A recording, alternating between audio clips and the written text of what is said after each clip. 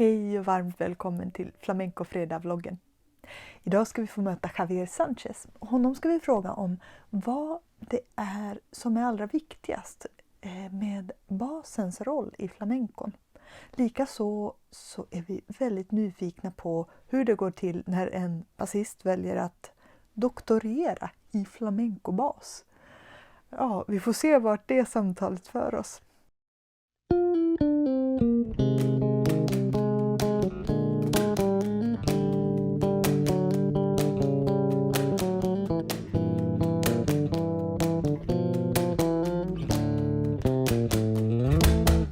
Hej och välkomna hit. Idag har vi med oss Javier. And we will take this in English, right? Mm-hmm. Yeah. He says yes. It's okay. We can do this in English. That's great. Yeah. We're so very happy to have you here. Thank you. Can you please tell us about your first meeting with flamenco? Yes. My first connection to flamenco was in my family. The music that my father listened, the music like my grandfather listened, the music like my parents listen at home. So I grew up listening to that music a lot in the records. My father was sort of like melomaniac. He's like music lover, but there were not musicians in the family. So we were always listening and always like listening in the records. And I always felt very curious. But it was until I was 16 that I got a job as a bass player. I was quite young with the bass. I was just playing for about 2 years, electric bass. And I got a job with Israel Carmona, which has a band called Alhambra. And we play mostly rumbas. And he was from this Carmona family. They are like a clan of all of them very talented musicians. So I didn't have any idea actually what I was doing. But I learned a lot from that experience, and then after that, that kind of like awake my interest. So I started playing like rock, pop as a bass player in Madrid. Then I wanted to take my music studies more seriously, so I went to a jazz school. So I studied jazz, and I wanted to play jazz, and eventually I got a scholarship to go to the United States, to Berkeley, and that changed everything quite a bit. So there, when I was preparing that, I think I was learning like flamenco bass, and I wanted to play it in the audition, and with that I actually got the scholarship. So that was like the thing that I wanted to go farther with the flamenco bass. Wow! Can you tell me, bass and flamenco? It's quite a new instrument for flamenco, isn't it? Yeah, it's Can you enlighten us? Yeah, absolutely. It's a relatively new instrument, although the first recordings with flamenco, probably the famous ones, are made by Cajon around the 70s. But then, in my opinion, Paco de Lucia's quintet, that makes like, they took it to a different level. And the album Castro Marín, Carles Benavent recorded the bass line of Monasterio de Sal. And the way they do it is like, originally Paco de Lucia played his songs, and then Carles Benavent recorded the bass line afterwards. So it was like quite a experiment, I think. But the way he borrowed techniques from the guitar, and the way they both complement to each other, I think it was like, after that, the bass has been very much into flamenco jazz, and yeah, it never reached the tablao. The bass, right? Is, of course, there are some exceptions, but it's not an instrument. If you compare to the cajon, they are both from the same time. They came to flamenco in the 70s, but the cajon stick to the flamenco sound more. And maybe there was a need for that kind of percussion support for the dancer, I think. But the bass has this role in a larger ensemble, I think. Yes. And I wrote one quote of Carles Benavent, who said that the bass goes where the guitar cannot go. So the guitar, it's when there is a bass playing, the guitar player, if he's working and interested on develop that, he can play in a different way than when you don't have bass. And that's interesting because, for example, you can play higher notes. You can play. You don't have to worry about the chord so much. You can react rhythmically in a different way. So it's a little bit different dimension when you have a bass for the guitar player, and the sound can be more fully.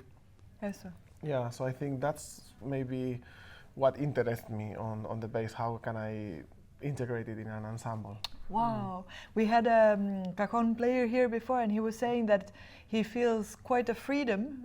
Also, he's from he's Scottish Swedish, and we were speaking about this purism within flamenco and all of this, and he was saying that since it's a young instrument, he feels such a freedom to also experiment a lot. And can you find a parallel? Yeah, to absolutely, that? Absolutely. I think the cajon and the bass had developed in a similar way, a parallel way. I think, for example, in the cajon, you take many techniques from the congas, from Afro-Cuban music, like slap, different sounds. Nowadays, people play in the sides of the cajon, many things that come from different styles. But originally it was played with a stick, with a baston. Yes, sir. So the bass takes things from the guitar and also interact with the cajon and the percussion. So I think, in my opinion, when there is bass in an ensemble, it's a glue between the percussion and the guitar. Vale. Yeah, I think that's the function that the bass have in an ensemble, how to connect that rhythmic element with the harmonic element of the guitar. There is a little bit of a distance. Yes. So the bass actually goes with the cajon much more than the guitar rhythmically, because of course it's the percussion instrument. Bass is a rhythm section instrument. And then the harmony that the bass gives goes with the guitar. So I think when I'm playing, I'm always have one eye on the guitar player and one eye on the cajon. You're looking cross-eyed. Yeah, exactly. Like I'm trying to get the rhythms from the cajon, but following the guitar, because the guitar is not gonna follow me.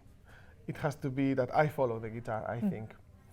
And well, of course, with my band, when I play my music, it's different. I lead, but when a guitar player is practicing and is playing in a small accompany, they are used to lead and accompany the singer. They are not used to worry so much about the bass. So the bass needs to follow and needs to connect with the percussion. And that sounds much fully and richer that without the bass. Definitely, but there is also about the dynamics of the volume of the different instruments, because the bass, it has a strong sound, but it's still, it's somehow, it's not minimalistic, but you need to sharpen your senses to hear it somehow. That's my impression of listening to the bass. You really have to go, ooh, what is, wow, you know. So it also, I find it gives such a great dynamic to the music picture or the soundscape. Yeah, many people have a problem to hear the bass, but then when the bass is taken away, then they miss it. What's happening? This is something is missing. Then they realize that, actually it's the bass. And yeah, I think what comes to the dynamics and the bass has different possibilities. I started playing electric bass. The electric bass is very powerful and very, very popular in rumba bands, in like playing rumba catalana or flamenco rumba. And that electric bass takes a lot from the Cuban music, you know, that kind of like tropical Afro-Cuban. But then I heard the fretless bass of Carles Benavent, and that I spent maybe like 5 years transcribing his music and learning and trying to get that sound. And that fretless bass actually was the step that took me to the double bass. Then I realized like the double bass has this like acoustic sound that it really fit in the acoustic element of flamenco. So nowadays I think I'm fluent in both fretless bass and double bass, so I can play both. So I try to now explore what songs demands the fretless bass, what songs demands the double bass. But I like the acoustic tone of the double bass. I think it's really cool. But then you cannot take that many things from the guitar. The thing with electric bass is because it's a bass guitar, so it's a guitar. Yeah. So it can take many things from the guitar. Actually, with the right hand, you can imitate and emulate a lot what the guitar player is doing. If you are thinking about the alzapúa or like playing with 3 fingers, like a guitar will do. You can do that a lot.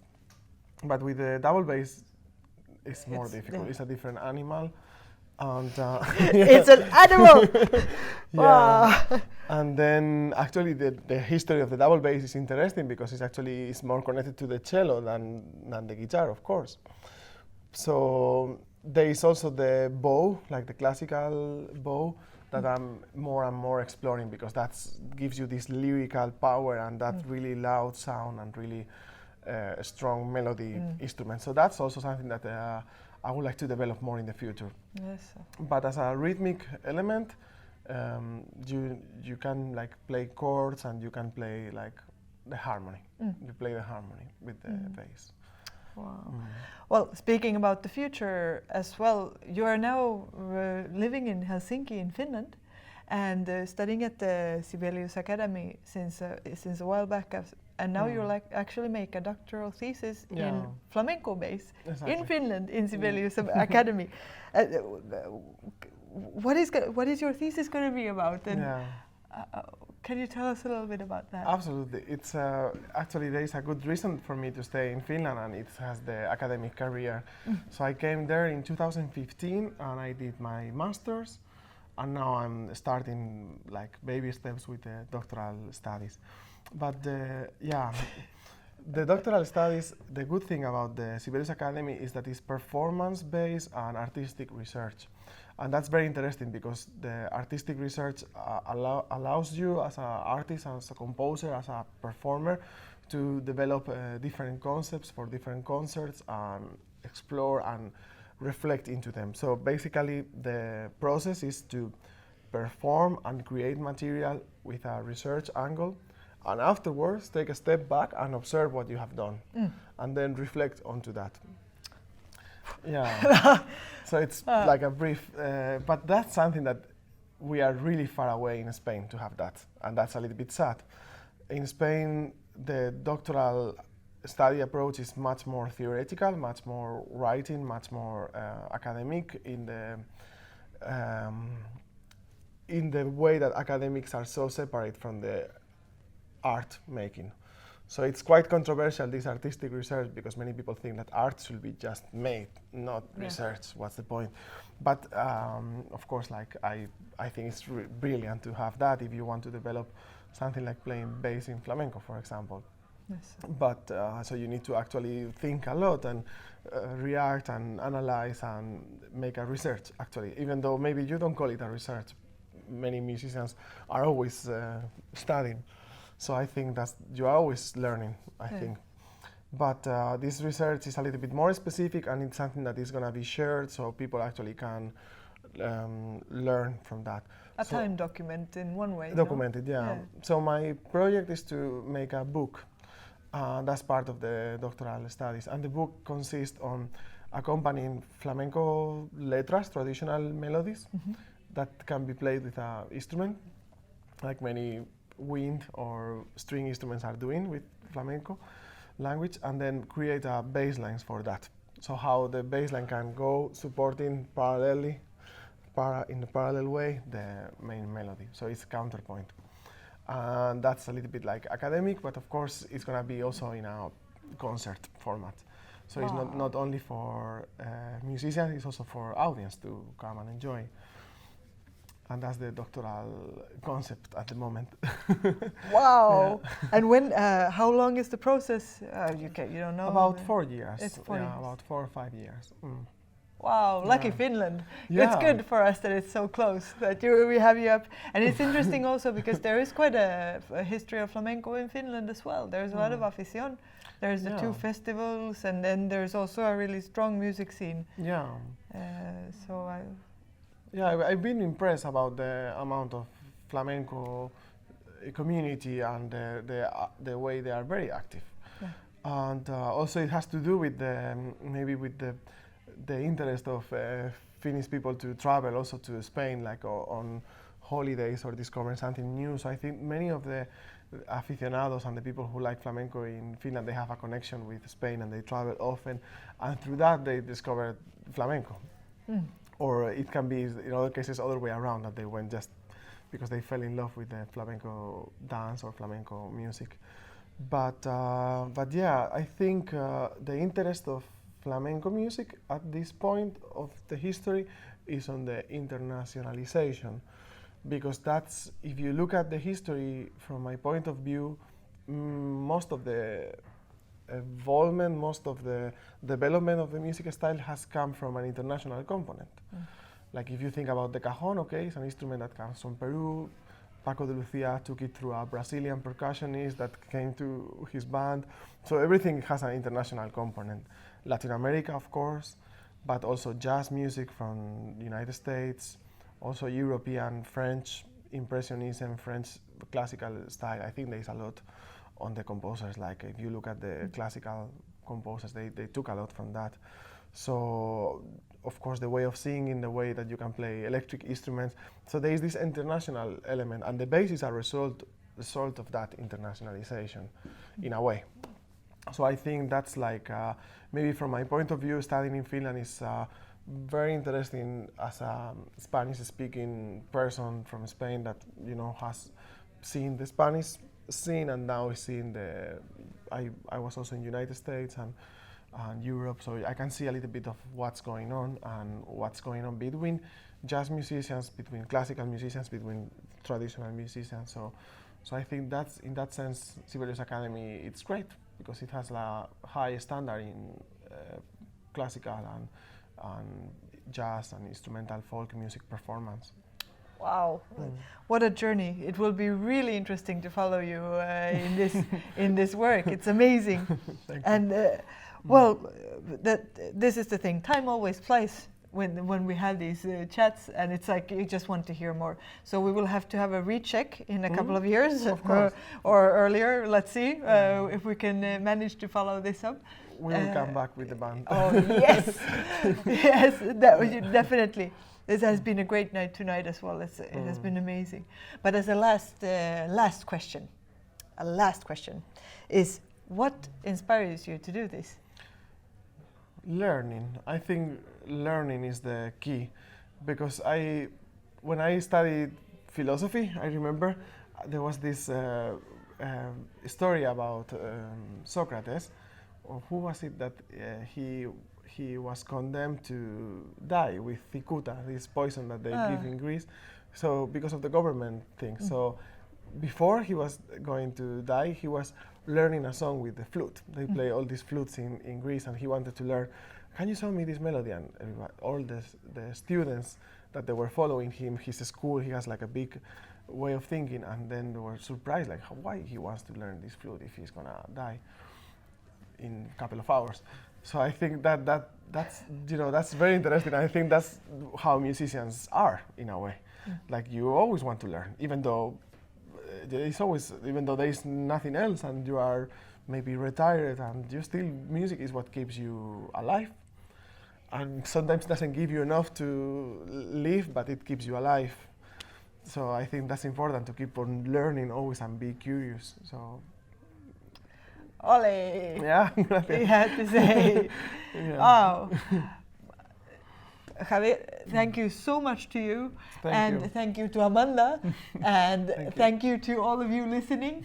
And keep an eye on this man, because there's going to be some very interesting things coming up here. Thank you so much for coming. Thank you so much. Thanks. We can say bye-bye to this one. Bye. Hasta luego. Hasta luego.